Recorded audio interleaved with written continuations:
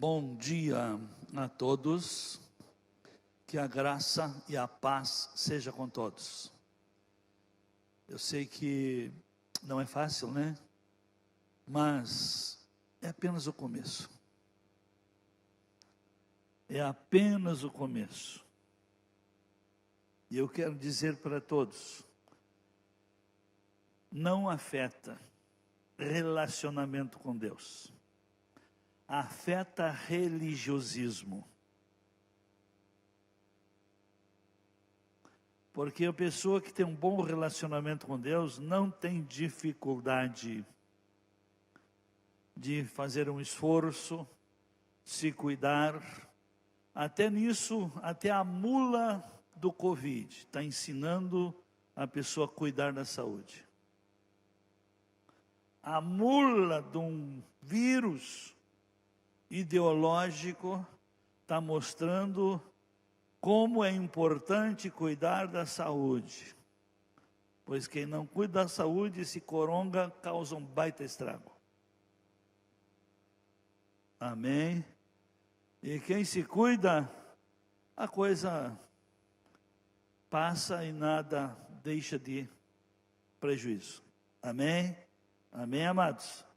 Então aí, diante das provas que teremos pela frente ainda, os inteligentes vão se lembrar dos ensinos práticos que saem desse altar. Ah, o pastor tinha razão. A pessoa só valoriza as coisas depois que perde. Vê o valor da comunhão depois que perderam a liberdade de ter comunhão. O valor do culto depois que perderam a liberdade. O valor do evento social depois que perderam, que não tem mais. Ah, saudade do que não valorizou. Misericórdia. É para os de casa isso aqui, viu? Porque você está aqui. E se serve, leve a lição. Amém? Eu louvo a Deus por isso. Porque prova não afasta ninguém de Deus. Prova mostra o nível de preparo, o nível de fé, o nível de disposição de alma e de espírito. Amém? Prova é uma oportunidade para provar sua maturidade, suas experiências, sua resiliência, sua firmeza, seu foco de vida. Prova não é sinal que temos que abandonar, fugir, desistir e mudar. Prova é a oportunidade para testar se realmente a fé funciona, o amor funciona, o compromisso continua, tudo isso. Amém? Então, só um alerta para os irmãos, porque esse vírus ele pega de muitas maneiras, ou no corpo ou na mente. E a maioria da população já está contaminada. Quem não pegou no corpo, já pegou na mente. Por causa dos doentes que se adoentaram, então, cuide-se, use a máscara, tá? Amém? Eu uso por causa dos doentes, em alguns lugares que vão, porque eu não estou doente, nem na mente, nem no corpo. Amém? Mas respeito quem está doente, mas não posso eu me fazer de doente, por causa do doente. Nós nunca temos que nos amoldar ao mais fraco, mas cuidar dos mais fracos. Amém? Nunca se amoldar, mas respeitar e cuidar. Amém? Então vamos agradecer a Deus pelo privilégio que temos ainda de aqui estarmos e vamos tirar o máximo destas, porque a partir de segunda vem coisa pior. Tá? Por causa do quê? Sabe por quê? Não é demais ficar um pouquinho mais de pé, né? Se alguém cansou, pode sentar. Tá? Olha, que até o mal até o mal já está recebendo a devida recompensa. Essa semana, alguém precisou, mesmo com o melhor plano de saúde, ir fazer uma consulta, porque havia uma suspeita, uma tosse, coisa e tal. Sabe quanto tempo teve que esperar lá para ser atendido? Lá. E tem até o chegar lá e depois o de lá de volta.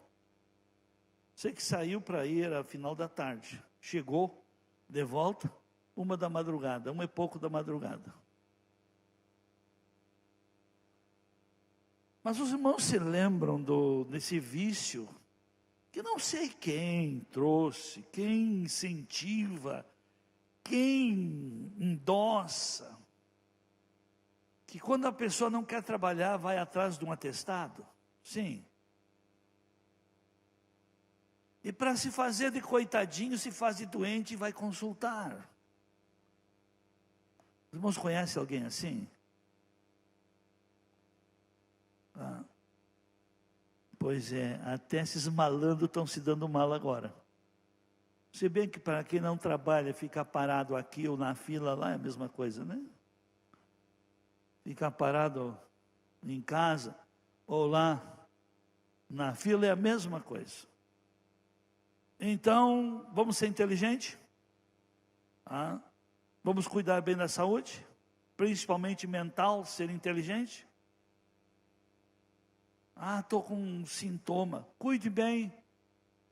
3 vitaminas importantes: A, C e D.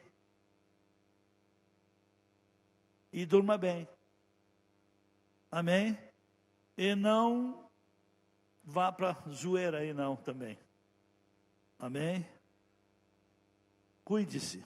A vida é sua, a liberdade é sua, a dor, se vier, será sua. O coronga, se entrar, é você que vai ter que cuidar dele. Amém? Então, eu faço a minha parte. E trago palavra para fortalecer seu espírito, para você não ser cobaia de medidas que para nada servem.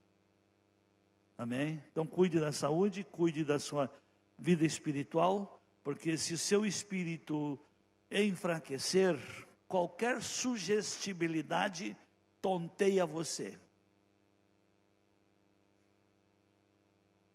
Mente fraca é fácil de ser manipulada. Deixa eu contar uma rapidinho. Você fica mais tempo que isso em fila, indo atrás de médico. Então não estou castigando não. Estou mostrando que para coisa importante vale a pena sim. Eu recebi no meu gabinete uns 2 anos atrás, um casal de pseudo-missionário. Mas é aqueles missionários visionários, que não é enviado por ninguém, sai por conta, e diz que está fazendo missão. E eles assistiram alguns cultos, eu observo o estranho, e eu via, aqueles fulanos são missionários. Mas conheço, tenho 54 anos de igrejas, desde que me converti, e eles marcaram um horário comigo. Mas eu comecei a discernir o interesse dele. Eles queriam púlpito. Eles queriam um expediente para eles dar show. E diziam que tinham um dom disso, dom daquilo, coisa e tal. E ela começou a olhar para mim, você está doente. Deus me mostra que você está doente.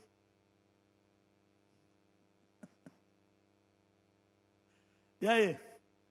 Quando uma pessoa que se diz profeta começa a falar isso, como é que a maioria das pessoas ficam? Já são atingidas. Eu não sabia, mas eu tenho que então ver. Aí eu deixei falar, pensou que eu estava acreditando, diz, olha, eu acho que você está enganada, viu? Eu estou muito bem de saúde, graças a Deus. Até tinha feito um check-up, porque para fazer o que eu faço, alguém doente não faz, viu? Bom, aí gelou, esfriaram, aí perderam todas as inspirações. Porque o profeta, quando traz algo de Deus, ele não deve se preocupar se aceitam ou não. Ele não se ofende. O profeta que traz mensagem de Deus, ele não se ofende se é rejeitada a mensagem. Mas se ele se ofende, se ele se altera, é porque ele está tentando manipular as mentes. Assim a mídia fez com o povo brasileiro. Manipulou a mente das pessoas que continuam ainda acreditando nessa mídia. Eu prefiro ficar com a palavra de Deus, cuidar minha mente para ser fortalecida com a palavra. Porque a palavra constrói fé e na palavra está o poder. Amém? Vamos agradecer a Deus? Pai, muito obrigado. Obrigado, Paizinho, por esse tão belo dia. Por esse expediente que aqui estamos na Tua presença, para oferecermos o nosso culto a Ti. Muito obrigado, porque essa liberdade de nos relacionarmos contigo, ninguém, nem o presente, nem o futuro, nem principados e nem potestades, nem coisas deste mundo, nem do porvir, irá nos separar do teu amor que está em Cristo Jesus. Obrigado pelo poder da tua palavra, pela sabedoria da tua palavra, pelo preparo que a tua palavra nos dá para nós continuarmos firmes e caminhando na certeza de que nada foge ao controle do Senhor e que tudo acaba cooperando para o bem daqueles que te amam. Eu quero abençoar a todos que nos assistem e que juntamente conosco estão oferecendo o seu culto. Peço, Pai, que a tua graça os alcance, que a tua palavra ilumine todas as áreas do ser e que a palavra venha como luz para o caminho, como resposta para as interrogações da vida e como firmeza de fé e propósito. Quero abençoar a todos e pedir, Pai, que a tua graça opere salvadoramente, fortalecendo o espírito de cada um. É a nossa oração, em nome de Jesus. Amém.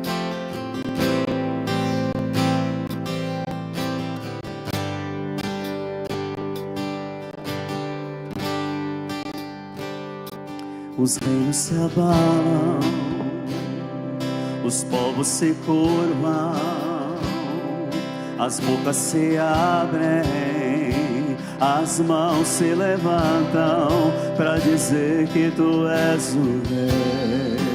Levante bem alto suas mãos e diga a ele para dizer que tu és o Senhor. Os reinos se abalam, os povos se curvam, as bocas se abrem, as mãos se levantam para dizer que tu és o rei, para dizer que tu és o Senhor. Teu reino é sempre eterno, firmado em misericórdia, justiça e verdade, bondade e fidelidade. A tua igreja te adora, a tua igreja te adora. Teu reino é sempre eterno, firmado em misericórdia, justiça e verdade, bondade e fidelidade. A tua igreja te adora.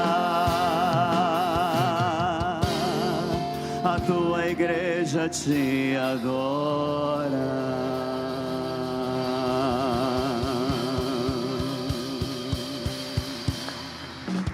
Nós te adoramos, Senhor. Aleluias. Obrigado, Senhor. Fiquem à vontade. Estamos todos na presença de Deus. Queremos informar que temporariamente estão todos os eventos suspensos. O retiro da família, então todos que estavam agendados, que a semana passada foi anunciado, então está suspenso. Até as aulas que era para começar amanhã, também não estará dando início, segundo as medidas que foram decretadas. Mas a vida espiritual, quero dizer para todos, venha o que vier de medidas, comer, se alimentar, todos vão ter que.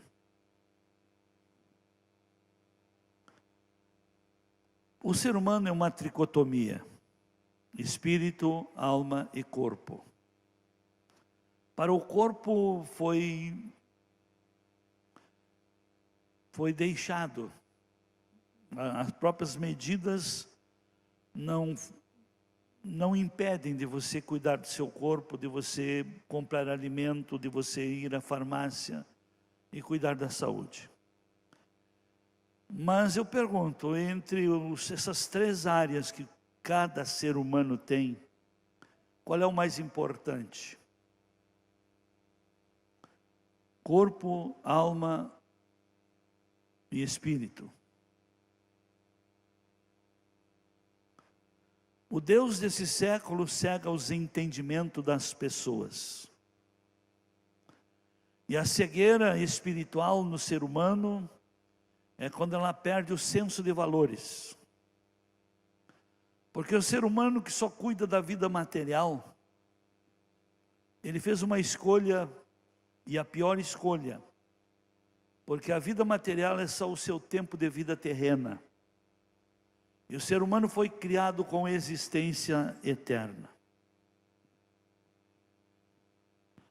Então nós, conhecendo nossas origens, temos que cuidar. Será que nós estamos vivendo neste mundo ou aproveitando o tempo presente para nós estarmos preparados para a eternidade? Pois a morte, ela encerra o tempo de vida terrena, mas a alma e o espírito não morrem.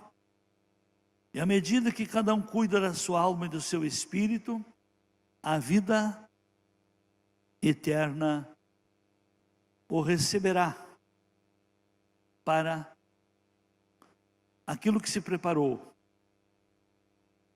Porque mesmo a pessoa não querendo Deus, ele continua tendo espírito e alma, e a morte é a morte do corpo.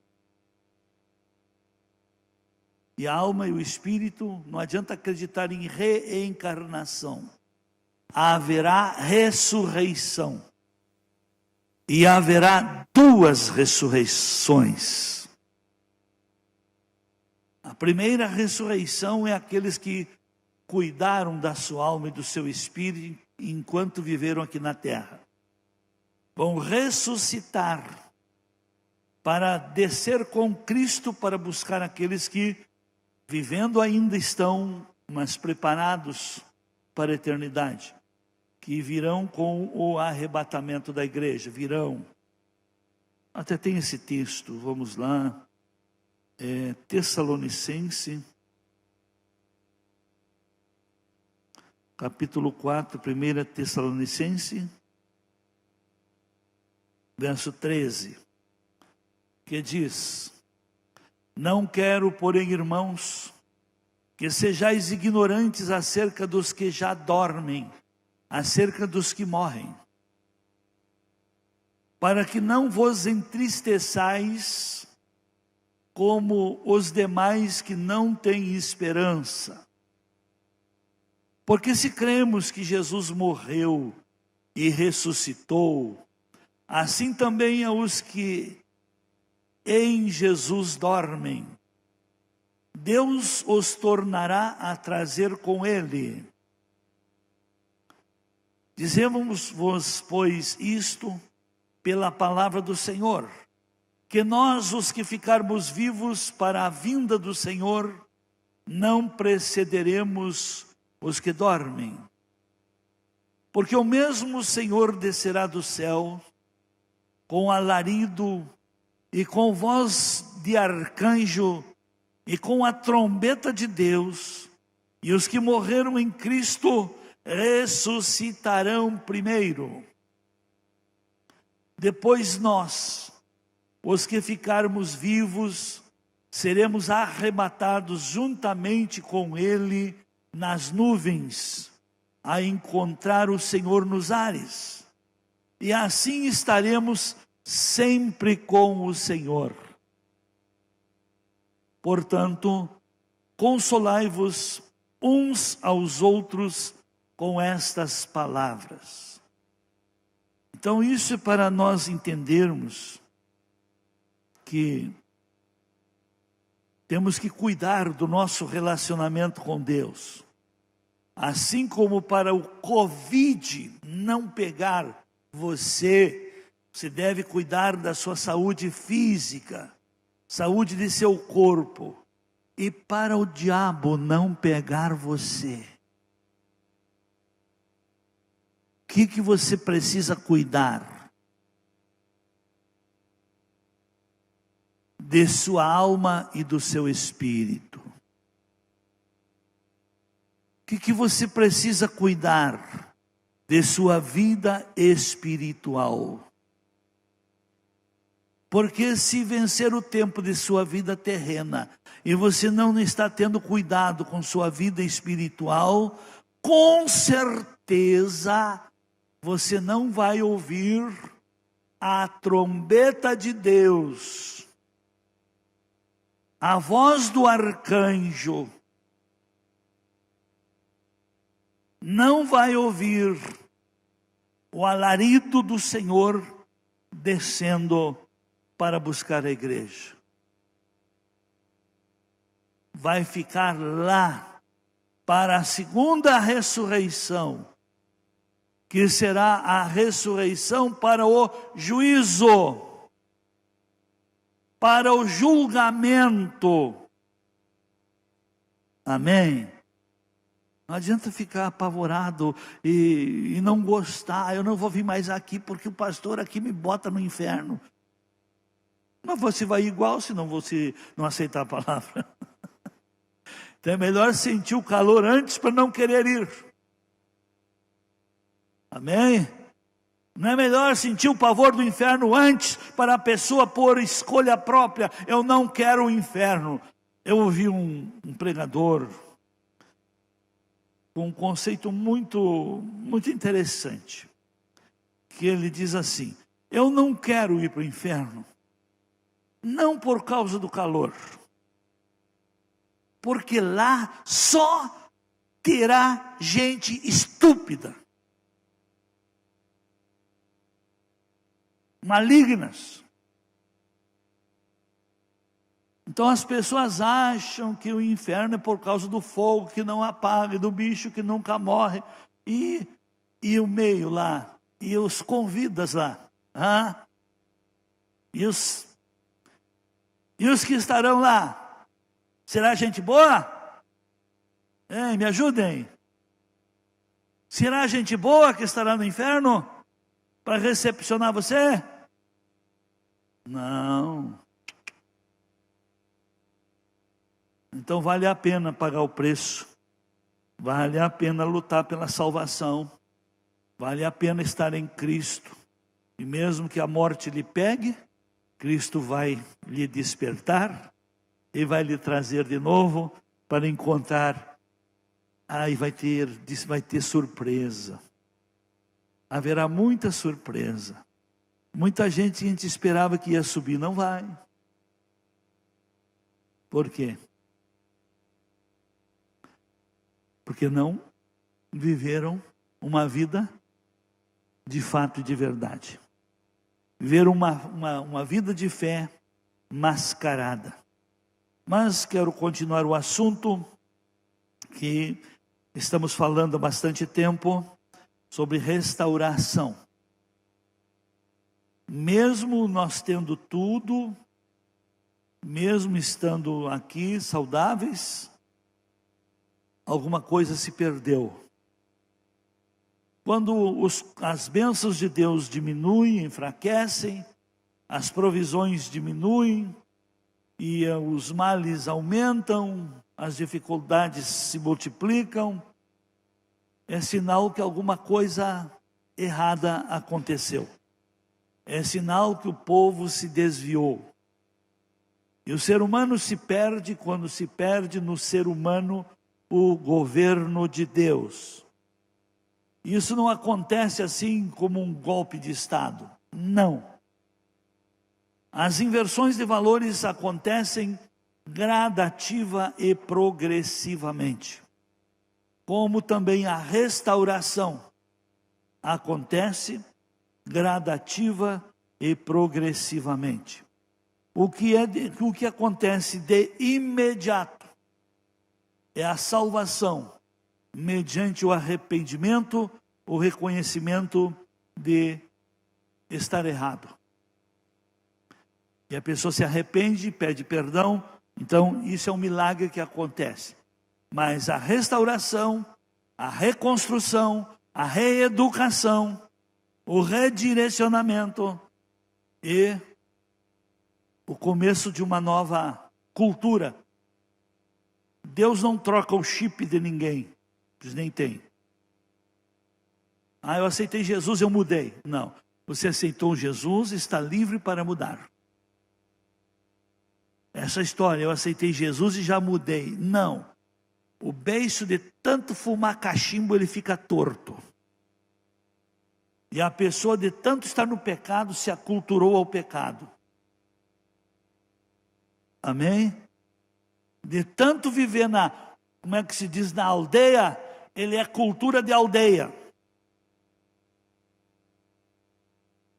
Por que que, se alguém não leu ainda, pode adquirir para ler.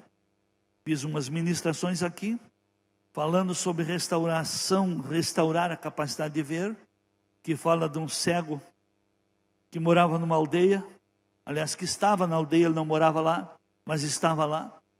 E aquela aldeia já tinha recebido visitas de Jesus muitas vezes. Jesus havia curado, libertado, mas a aldeia só queria a bênção, não queria mudar. E os moradores da aldeia, quando soube que Jesus estava passando, pegaram aquele cego, vamos nos livrar desse problema social? Porque Jesus resolve o problema. Pegaram o cego e levaram para Jesus. Eles não queriam, não era amor pelo deficiente. Não, era se livrar de problema social.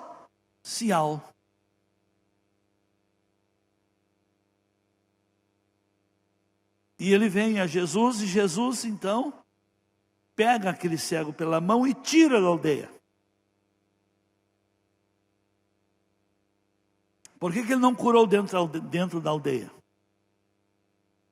A bênção, a restauração, os milagres, as transformações acontecem quando a pessoa é tirada da cultura, do mundo, da cultura familiar. Porque tem muitas culturas familiares que são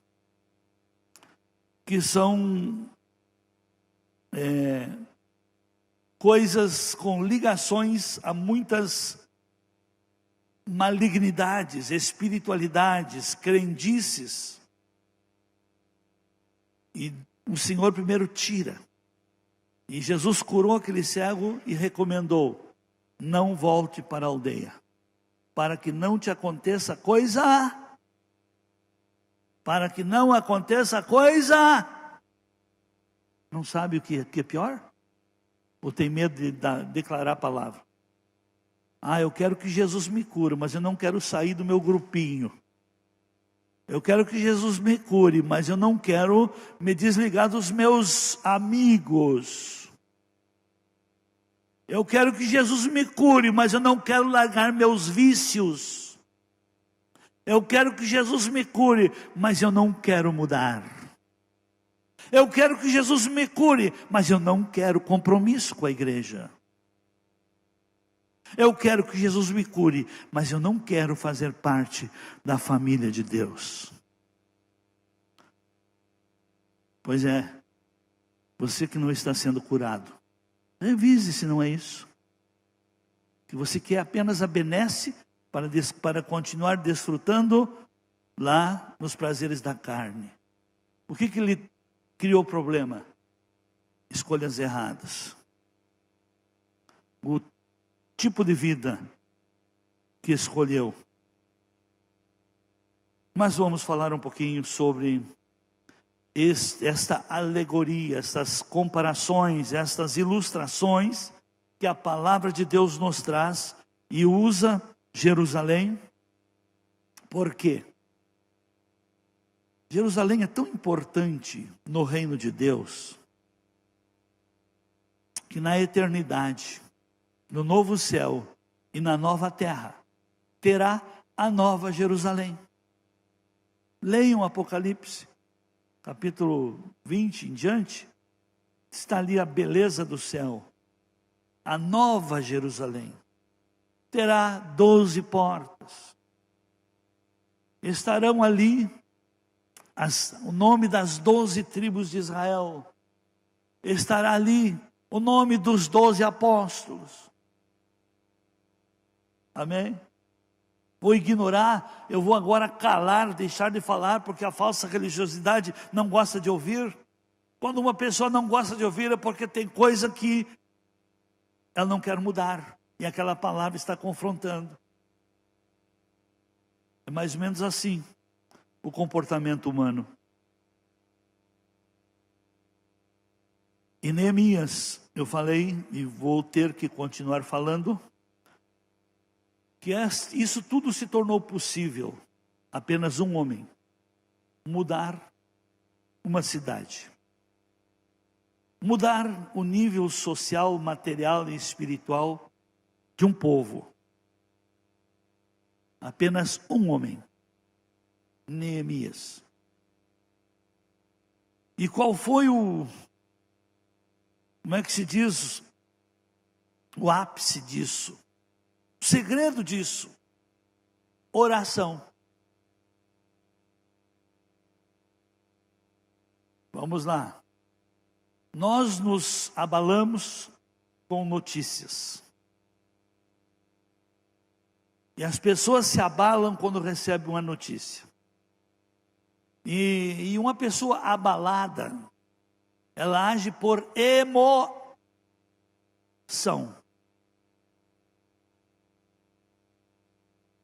Neemias se abalou. Vamos lá, está aí, põe o verso 3 a seguir. Aqui ele está ouvindo, os restantes que ficaram do cativeiro lá na província estão em grande miséria e desprezo. E o muro de Jerusalém fendido ou derribado, e as suas portas queimadas a fogo. E sucedeu que, ouvindo eu estas palavras, me abalei.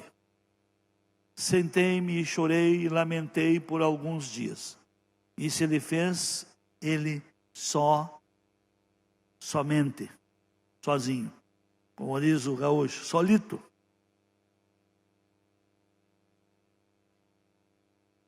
Mas nós temos alma, temos emoções, mas temos entendimento, temos percepção, sabedoria, capacidade.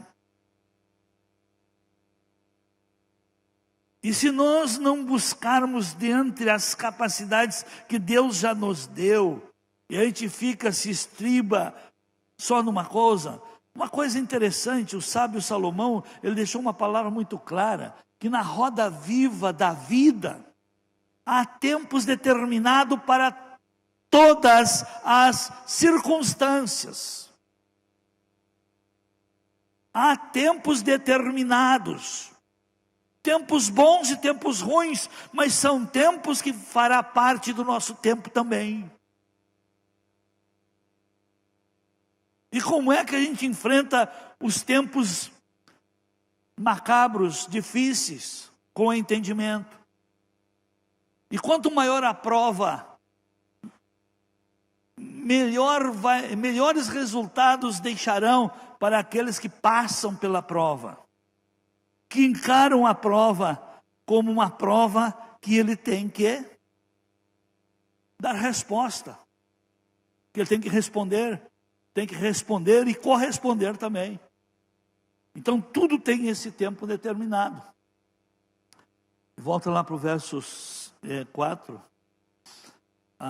E aí o verso 5 ele diz: aí então ele parou o choro, ele parou a lamentação, ele foi para a reflexão.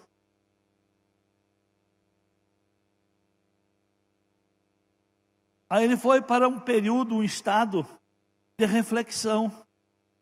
Agora eu vou falar com Deus. Eu não vou chorar para Deus agora. Até então eu chorei. Eu vou refletir. Ah, Senhor Deus dos céus, Deus grande e terrível. Deus, Tu é Deus de misericórdia, de aliança, de benignidade para com aqueles que Te amam. Então ele foi para momentos de reflexão. E está na hora da igreja tirar um tempo de muita reflexão. Faça uma reflexão da trajetória da sua vida. Quanta coisa boa Deus já lhe deu, quanta coisa Deus já lhe oportunizou. Quantos livramentos você já teve. Se você está aqui porque Deus foi com você. Mas como é que nós poderemos mudar esse quadro? Se interessando por um todo. Neemias se interessou por um todo. Não foi só por ele. Ele estava muito bem servindo lá em Suzã, no palácio, sendo o copeiro do rei. Mas ele tinha família, ele tinha uma história, ele tinha suas origens, ele tinha amor, ele tinha lembrança, ele tinha conhecimento de Deus, ele conhecia o desígnio, o propósito divino, ele conhecia a história de Deus para com a sua etnia. E a maioria precisa conhecer o propósito de Deus, o desígnio de Deus para com a sua família. O desígnio de Deus não é a família. Deus instituiu a família para a família cumprir o propósito. E se sua família não está bem, é porque a sua família não está cumprindo o propósito.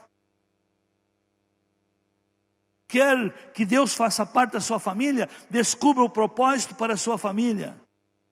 Qual é o propósito de você ter constituído o seu casamento? Arrumado alguém para caminhar contigo? Apenas fazer sexo? Não. O ser humano precisa de companheirismo, precisa de suporte, precisa de auxiliadora e auxiliador. Precisa ser um casal para reproduzir, para deixar a sua descendência genética, a sua sucessão genética.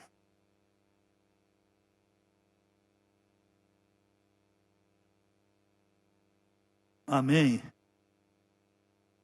E ele refletiu e falou com Deus e ele viu que o povo estava vivendo resultado de desvio de propósito. E todo desvio de propósito leva a misérias, a inseguranças, a vulnerabilidades, a pobreza e ao opróbrio.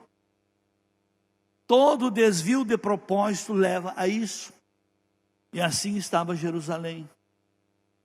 Aí Neemias orou com entendimento, ele falou com Deus, ele mostrou-se interessado por um todo. Hoje, meus queridos, infelizmente, a própria igreja está debaixo de um sistema político corrupto, porque os cristãos nunca se interessaram pela política.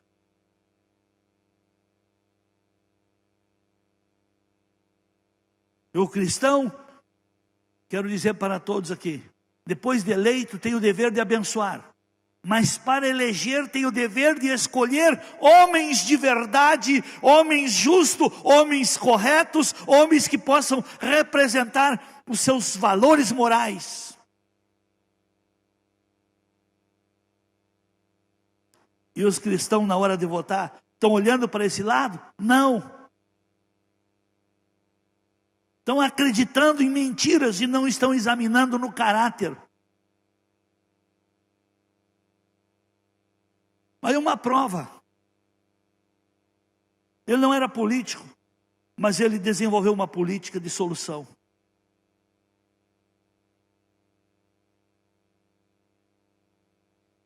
Amém. Ele refletiu, ele falou com Deus, e ele foi buscando na palavra, olha, nós erramos nisso, Senhor nos perdoa. Mas Senhor, e o Senhor também diz que o povo se arrependendo, o Senhor então vai dar nova oportunidade. O Senhor vai arrebanhar. Ele reivindicou. E não ficou nisso. Não, alguém tem que ir lá para liderar. Alguém precisa ensinar o povo, acordar o povo, abrir os olhos do povo, despertar o povo.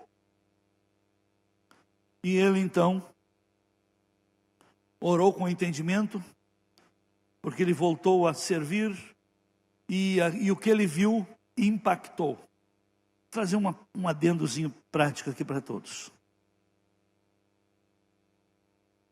Quantos aqui se impactam às vezes, se incomodam com algumas medidas, com alguma situação, com alguma coisa aí fora, que vem de fora? Quantos se incomodam? Bom, não, levante a mão, de fato. Se eu levanto, todos levantam, né? Sabe por que eu cheguei onde cheguei? Começou, sabe aonde o meu incômodo, meu desconforto, as minhas...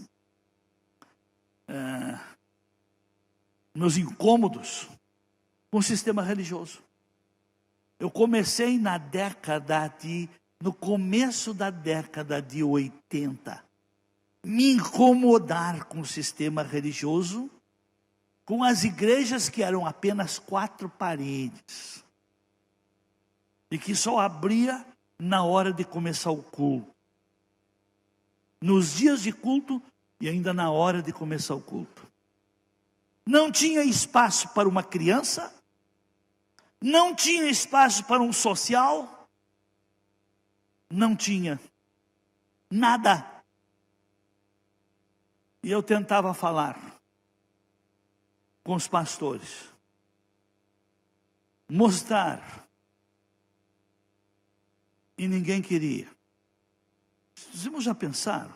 E a igreja era daquelas daquela conservadoras de gritaria, que uma quadra se ouvia os aleluia, os gritos e os choros das pessoas que vinham.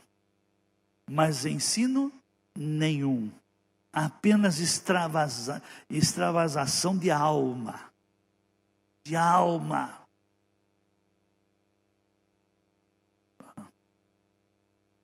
E uma coisa interessante, eu falei um dos cultos por último aí. Se a pessoa, eu era assim, se a pessoa ora com a força de todo o seu pulmão, que grita com Deus.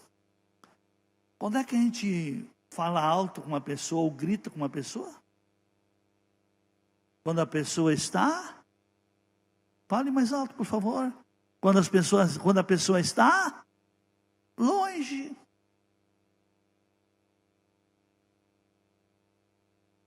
nível da sua voz na oração revela a distância que você vive de Deus.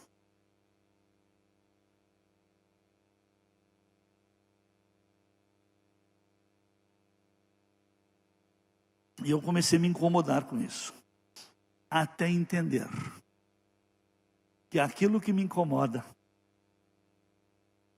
eu posso fazer parte da solução. Amém? Quantos querem restaurar a vida, o desígnio, o propósito divino? Põe a mão no seu coração e declare: aquilo que me incomoda, eu devo fazer parte da busca de solução. Vamos de novo? Aquilo que me incomoda, eu devo buscar e fazer parte de soluções. Porque, infelizmente, não sei quem aprendeu com quem. Se foi a igreja que aprendeu com o PT ou o PT com a igreja. Porque os dois tinham o mesmo método de conquistar espaço. Só mostrar erro e nunca solução.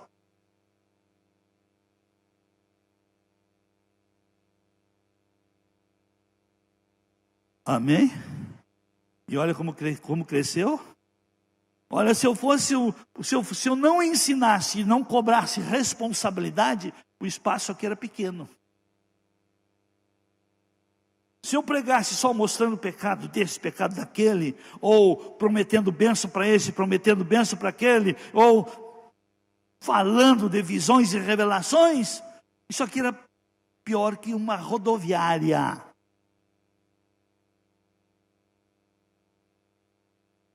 Na saída para a praia.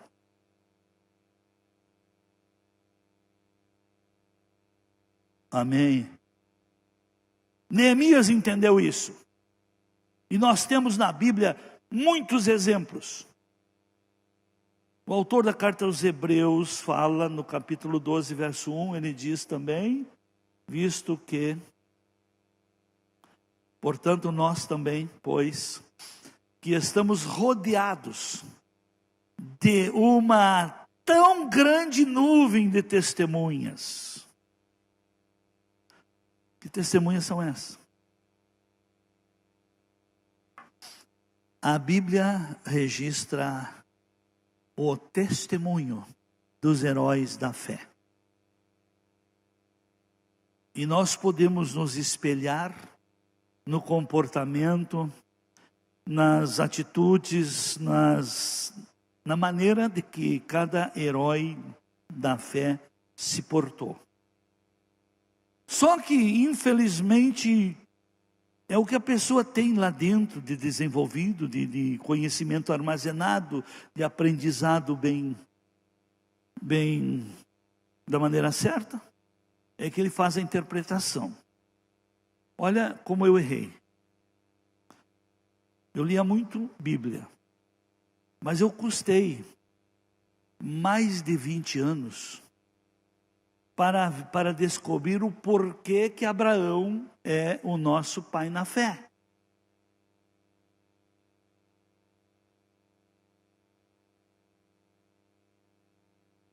Até uns 20 anos de fé, não tinha quem me ensinasse, só lia.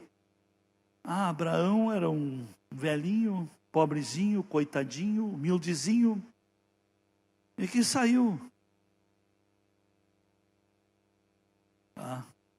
peregrinar, para viver à custa dos outros. Geralmente esses peregrinos vivem à custa dos... Eu associei Abraão a um peregrino. Eu não associei Abraão a um empreendedor. E Abraão, de sua época, Abraão e Jó, foram os maiores empreendedores da região.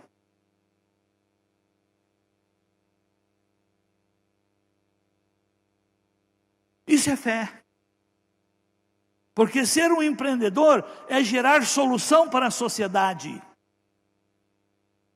É gerar espaço de trabalho para para servos, para quem quer servir, para quem quer trabalhar.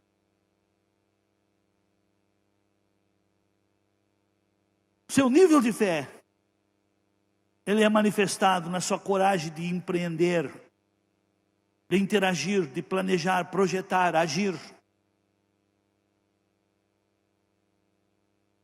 Mas dava para tirar também, fazendo de Abraão um coitadinho. Olha como ele era bem coitadinho. Ele tinha... Bom, quando ele soube que seu sobrinho foi levado, foi sequestrado, foi levado pelo exército, houve guerra na região, ele foi lá no seu campo de trabalho, pegou de seus servos, apenas dos melhores, 318.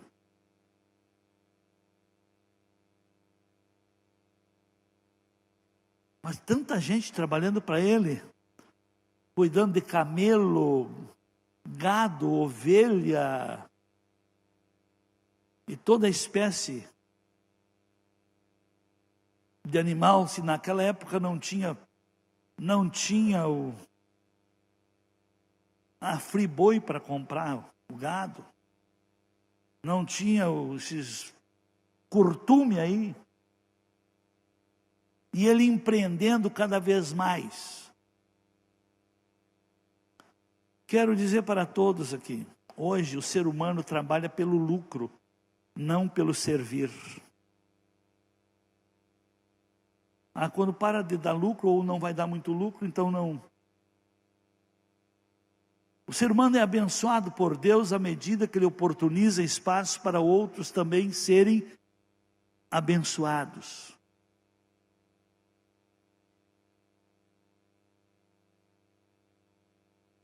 Então, meus queridos, nós estamos rodeados, nós temos modelos. Mas de acordo com como você olha, por exemplo, outro que eu me espelho muito, eu gosto muito, é de Davi. Mas a maioria dos pastores só vê em Davi os pecados que ele cometeu. Não consegue ver em Davi os padrões de justiça, o zelo e o nível de responsabilidade que ele tinha diante das tarefas que ele recebia.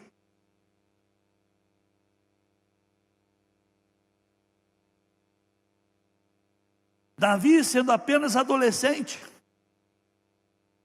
recebeu a responsabilidade de cuidar do rebanho de seu pai. Não muitas ovelhas. O que o diabo tentou? Foi um leão lá, querer pegar um cordeiro. Ele enfrentou o leão. Foi um urso querer pegar. Ele enfrentou o urso. Davi foi levar uns queijos lá para o comandante que estava em guerra contra os filisteus. E ver os seus irmãos que estavam na batalha. Ele era tão novo que não fazia parte do exército. E Davi ouve aquele gigante lá, Golias, desafiando, humilhando o Israel. Vocês não têm um valente para nós fazer um duelo? Não tem homem aí? E todo mundo escondido. Isso foi um dia, foi dois, foi mais dias. O que aconteceu? Davi se incomodou.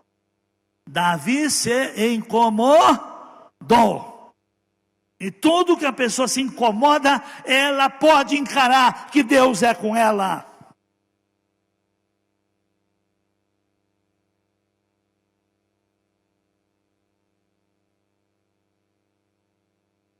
Ele se incomodou e chamou a atenção. Escuta aqui, vocês não estão ouvindo isso? Vocês não estão ouvindo esse incircunciso aviltar os exércitos de Deus? Vocês não estão ouvindo essas abominações vindo pelo ar, pelo som? Se não tem quem vai, eu vou.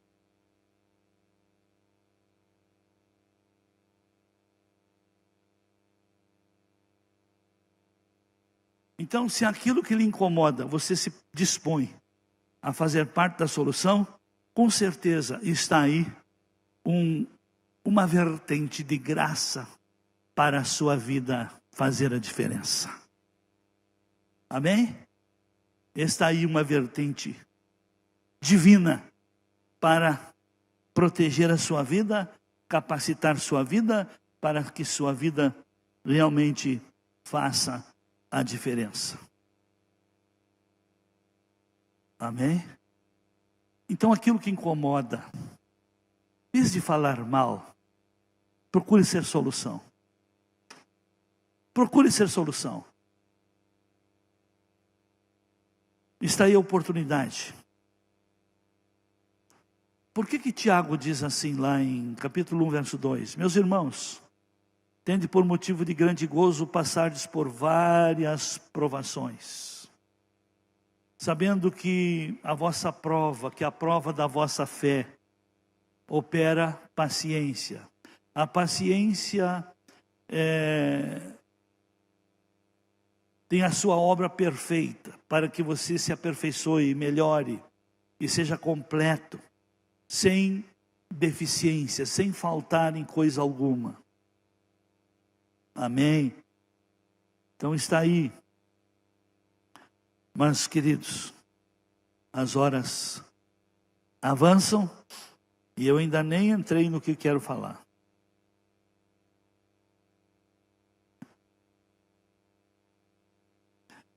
Mas vamos voltar para Jerusalém. Amém? E aí Neemias, depois de orar com entendimento, lá no capítulo 2, verso 17, então ele chega lá, onde está o povo, e ele motiva o povo. Ele reúne o povo, depois que foi para lá, e faz o povo ver. Bem vedes vós a miséria em que estamos. Olha a humildade dele. Ele fazia parte da casa real. Fazia parte do grupo de segurança do rei, que cuidava da alimentação e da bebida. Ele se colocou junto. Vedes vós a miséria em que estamos? O grande problema que o sistema religioso se romanizou, se tornou romano. O romano só mostra erro na vida dos... Quanto mais erro eu vejo na vida de alguém, mais poder eu tenho, mais eu posso humilhar, mais eu posso dominar, mais eu posso enfraquecer a pessoa. Pessoas que só vê erro estão com o espírito da falsa religiosidade, são romaninhos. Foi dessa maneira que Roma assumiu, que o governo de Roma assumiu o sistema religioso e criou até o confessionário para saber, para ouvir as coisas erradas que aconteciam, que não vinha a público, que chama-se o confessionário. Mas como essas coisas têm um espírito por trás, eu tenho falado aqui já há bastante tempo, que espíritos não morrem. Espíritos não morrem. E tudo que tem um espírito por trás, nós temos que aprender a vencer esse espírito. Por exemplo, o comunismo é um espírito. Olha na história. Quantas tentativas, quantas investidas. Os mesmos bonecos de 64 não causaram esse estrago que estamos? Por quê? Porque tem um espírito. E falar com uma pessoa que tem um espírito é perda de tempo. Eles não ouvem. Nós temos aqui resistirmos. Resistirmos. Porque as pessoas que estão aí querendo o poder têm uma ficha tão pesada que pode ler na Globo aí, a ficha, e os que têm o mesmo espírito não estão nem aí. Nem ficam vermelho.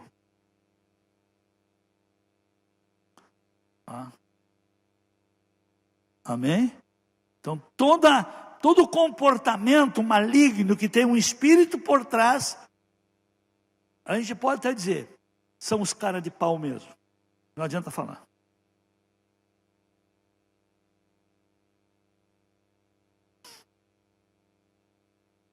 Mas Neemias então reúne o povo e diz: olha, vamos ver esse estado aí. Não estão vendo a miséria em que estamos? Jerusalém está assolada. Vocês não conhecem a história de Jerusalém? As promessas sobre Jerusalém? A importância para a fé que é Jerusalém? A importância que é Jerusalém para a espiritualidade do mundo? Então ele mostra a situação e convida: vinde, pois, e reedifiquemos, e não sejamos mais opróbrio. A mudança começou a acontecer quando todos se conscientizaram e todos se uniram. E aí Neemias distribuiu as tarefas para os sacerdotes, mesmo tendo o sacerdote lá, estavam na miséria. Mesmo as igrejas tendo pastor, estão na miséria. É só dar uma olhada por aí. Não julgue o sistema religioso por nós. Temos muita dificuldade aqui, mudanças que precisamos, mas a coisa lá fora está pior. Mas diante de Deus nós temos mais culpas, porque pelo ensino que nós temos aqui e era para estarmos melhor. Não se ache você, meu irmão, minha irmã, que é do MBCV, que está melhor que o sistema aí fora, que está uma vergonha. Estão numa vergonha porque eles não têm coragem de dizer a verdade. Mas aqui que é dita a verdade, e aqui que é ensinado a verdade, por que não estamos melhores? Pense, reflita. É um culto de reflexão hoje. Por que você não está melhor? Como prova, por que tem alguém aqui que realmente melhorou? E tem alguém aqui que piorou? E tem alguém aqui que piorou tanto que ficou com vergonha e zarpou?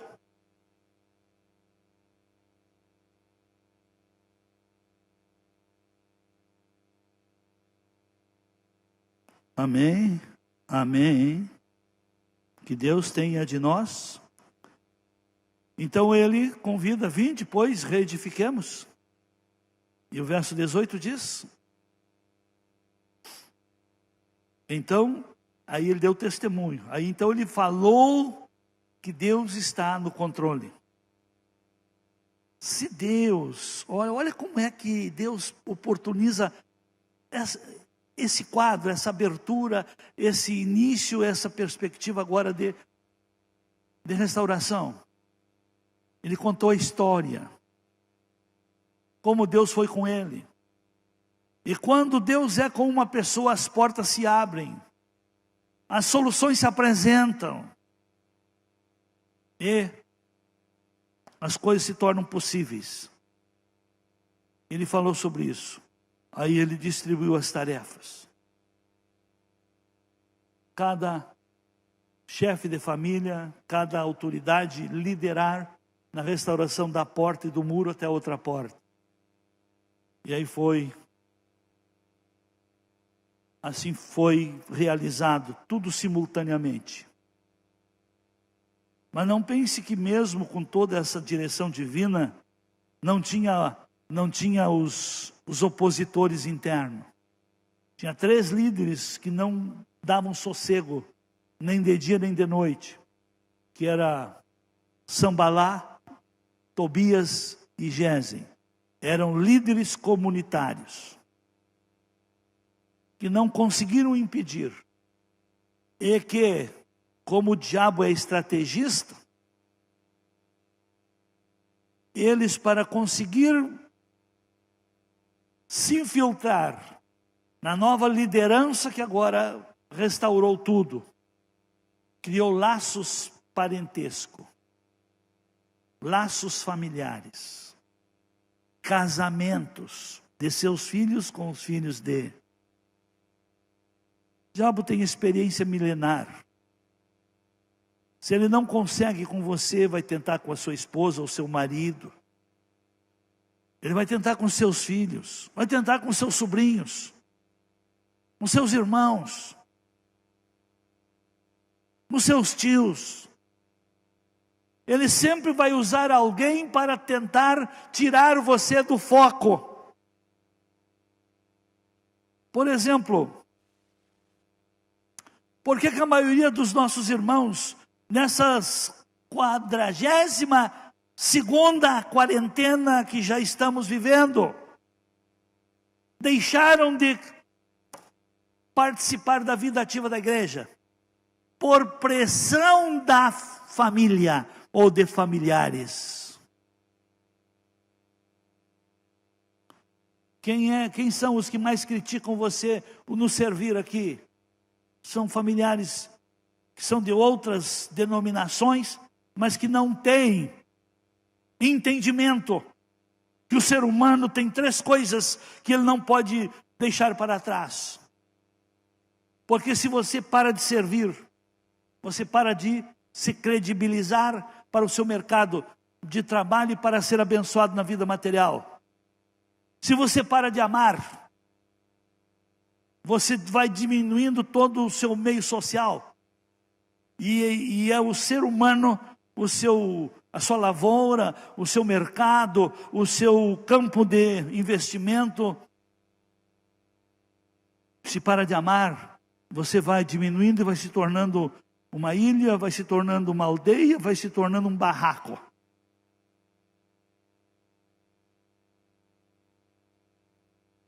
E se você para de perdoar, você perde o sentido da vida. Porque quem não perdoa também não é perdoado. E quem não se sente perdoado, sabe o que acaba acontecendo? Ou vai transformando aquelas amarguras, ou falta de perdão em amarguras em espíritos de câncer, em neuras, em doença mental. Falta de perdão. E cada um que você não perdoa é algo e alguém que você perde de espaço e até de mercado. Amém? Porque o perdão é uma necessidade para a subsistência da humanidade. O perdão é uma necessidade para a subsistência da humanidade. E agora eu pergunto, queridos, essas ideologias malignas perdoam?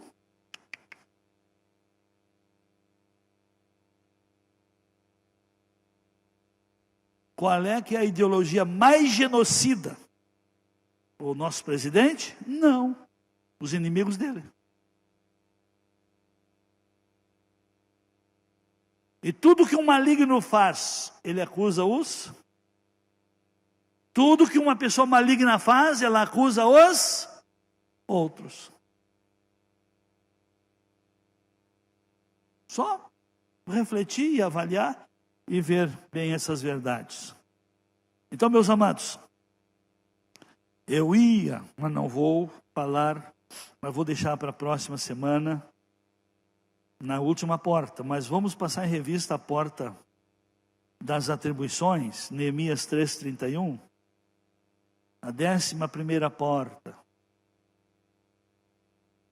Depois dele reparou Malquias, filho de um ourives, até a casa dos servidores do templo e mercadores, defronte da porta de Mifscade, até a câmara do canto.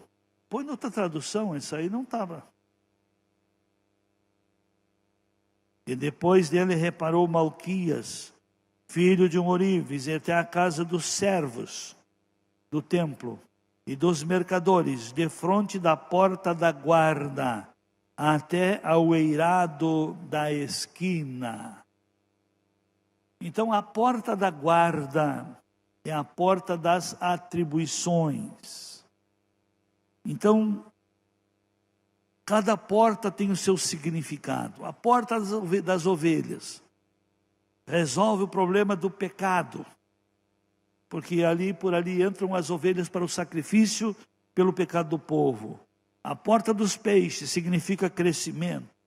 A porta velha traz lembrança ao passado. A porta do vale também traz lembrança como era aquele vale no que se transformou. A porta do monturo é a porta do lixão, só para desovar o lixo da cidade. A porta da fonte, para nós significa o Espírito Santo. Tem a porta do pátio do cárcere, que traz lembrança às prisões da alma que cada um teve no passado. E a porta das águas significa a palavra de Deus. E a porta dos cavalos significa uma porta onde entra as cargas, o abastecimento da cidade.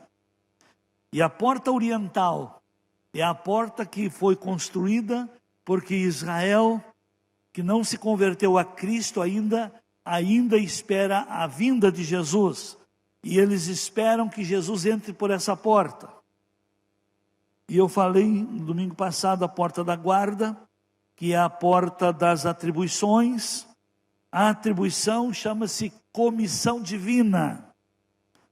Então, atribuição significa mandato, ordem, um lugar apontado, um posto. A porta da atribuição fala do lugar onde Deus nos delega uma missão e atribui a nós deveres e responsabilidades. Esta é a porta pelo qual o Senhor nos delega responsabilidades. Se essa porta estiver aberta para Ele, de você ter a porta restaurada no seu relacionamento com Jesus, com certeza você vai entender o seu dever de filho, o seu dever de servo, o seu dever de membro no corpo de Cristo. Até mesmo o corpo tem os seus membros, mas todos os membros estão a serviço do corpo. Assim a igreja é constituída por muitos membros, e cada membro tem o dever de desempenhar uma função para edificação de si mesmo. Por exemplo, um membro que só vem por si e buscar para si é o menos abençoado. Observe o que Paulo falou, Efésios 4,15.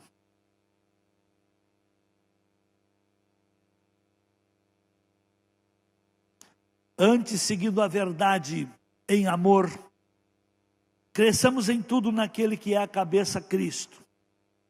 E aí então depende. Do qual o corpo inteiro bem ajustado. Se a igreja como corpo é bem ajustado, que cada ministério tem o seu espaço, que cada dom tem a sua liberdade de exercício, e esse auxílio de todas as juntas, segundo a justa operação ou cooperação de cada parte, efetua o seu crescimento para edificação de si mesmo em... Eu sou edificado à medida que eu edifico. Eu sou abençoado à medida que eu o abençoo. Eu sou perdoado à medida que perdoo. A vida não dá, a vida devolve. Amém? Então, meus queridos, esse assunto não termina. Mas para hoje está bom. Ficamos em pé.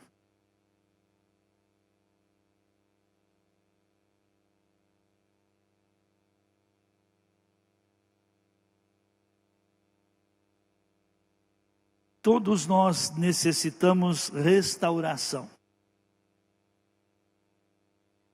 Porque no passar do tempo, as coisas se desgastam. Tudo que não se renova, se deteriora. Então a vida traz desgaste, mas havendo renovação, se conserva. E não havendo renovação, se deteriora. Então cuide para a sua fé não se deteriorar. Renove sua fé. Busque o renovo. Jesus é o renovo da nossa vida. Amém? E o relacionamento com Ele só traz melhoras. O quanto mais próximo de Deus, mais firme, mais corajoso, mais sadio, mais protegido. Põe a mão no seu coração, quero lhe abençoar. Pai, muito obrigado. Obrigado pela sua graça. Obrigado por esse expediente. Obrigado pela tua palavra. Obrigado pelo teu Espírito, a maneira que ele nos trouxe lições e aplicações, reflexões, e que essas palavras, essas verdades continuem trabalhando, continuem martelando, que não se apague da mente, que até mesmo ao dormir e ao acordar, ela volte a mente para ser repensada, refletida, ó Senhor, e reavaliada. Quero abençoar a todos e pedir, Pai, graça e sabedoria para nós, em meio a essas medidas que foi estabelecido na sociedade, nós como igreja, possamos ser luz, possamos ser sal, possamos ser também, ó Senhor, solução para muita gente. Quero abençoar os meus irmãos e pedir, Pai, que a Tua graça não seja vã e que a Tua palavra jorre na inspiração de cada um. Em nome de Jesus, peço-te estas bênçãos. Amém.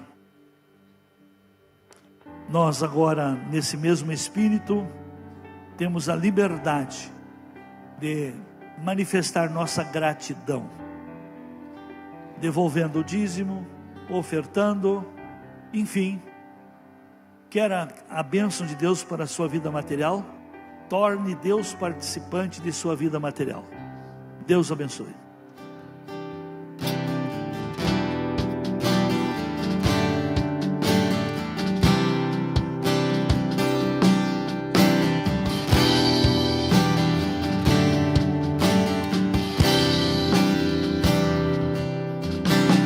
Tomando pela mão,